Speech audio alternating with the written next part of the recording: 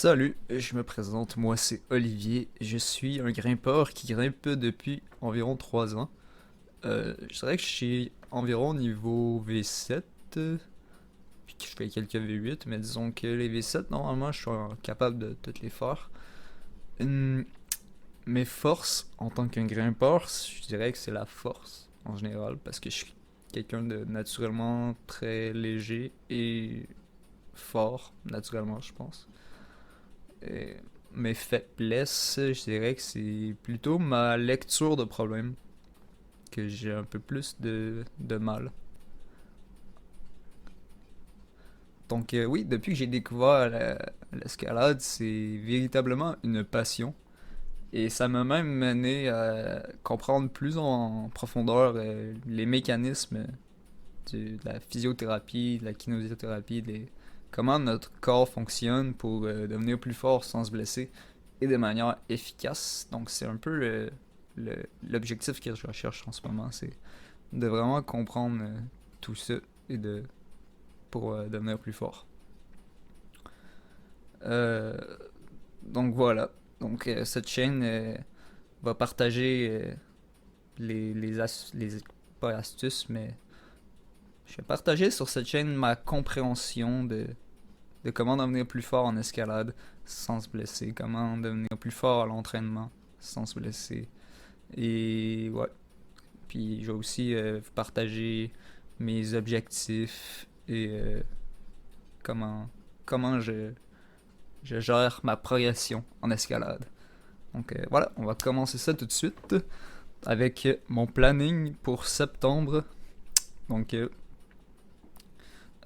pour septembre, je souhaite faire une séance de Kilterboard une fois par semaine. Parce que je pense que le Kilterboard, il n'y a rien de mieux pour développer sa force, devenir plus fort et pouvoir grimper des problèmes plus durs. Donc je vais commencer par une fois semaine et plus tard, je pense que je vais faire plus. Mais on va commencer mollo pour pas. Parce que le Kilterboard, c'est assez stressant pour le corps. Donc on va commencer par une fois semaine. Et moi, je suis un coaching, j'ai un coach d'escalade.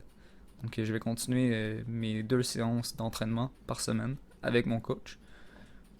En ce moment, on est en train de travailler la force. Pardon. Donc, ma semaine typique, ça va être ça.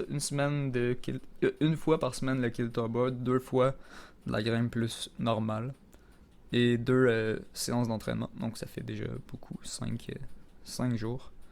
Mais en plus de ça, j'aimerais courir 3 fois semaine parce que euh, pour être un athlète complet, je pense que c'est important de courir hein, parce que ça fait en sorte que les muscles se régénèrent plus rapidement si on est en forme physiquement.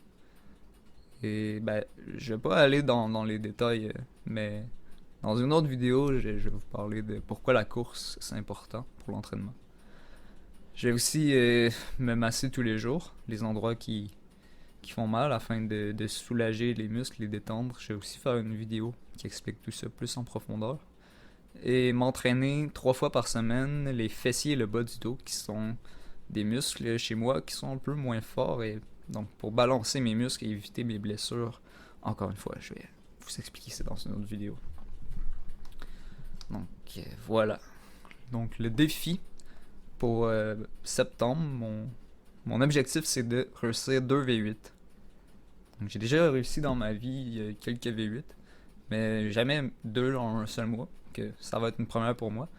Et ça, je veux aussi que ce soit 2 V8 sur le Kilterboard. Donc d'autant plus difficile. Je suis pas certain de réussir ce challenge. Mais je vais essayer. Donc voilà, cette vidéo va être très courte, très bref. C'est juste une petite introduction. Et il y en aura d'autres. Il y en aura d'autres. Donc, bilan de cette première séance, 2 flash V6 sur le kilter. J'ai aussi réussi une V6 normale dans le gym, que je n'ai pas pu filmer malheureusement. Et j'ai réussi cette V7 que j'ai filmé en 5 essais, mais que non, j'ai filmé mes tentatives, mais je n'ai pas filmé l'essai concluant malheureusement. Et voilà, donc comme vous avez vu aussi, j'ai travaillé pas mal de V8. Donc voilà, c'était une petite vidéo introductive. Donc à la prochaine sur Holy Climb. A plus.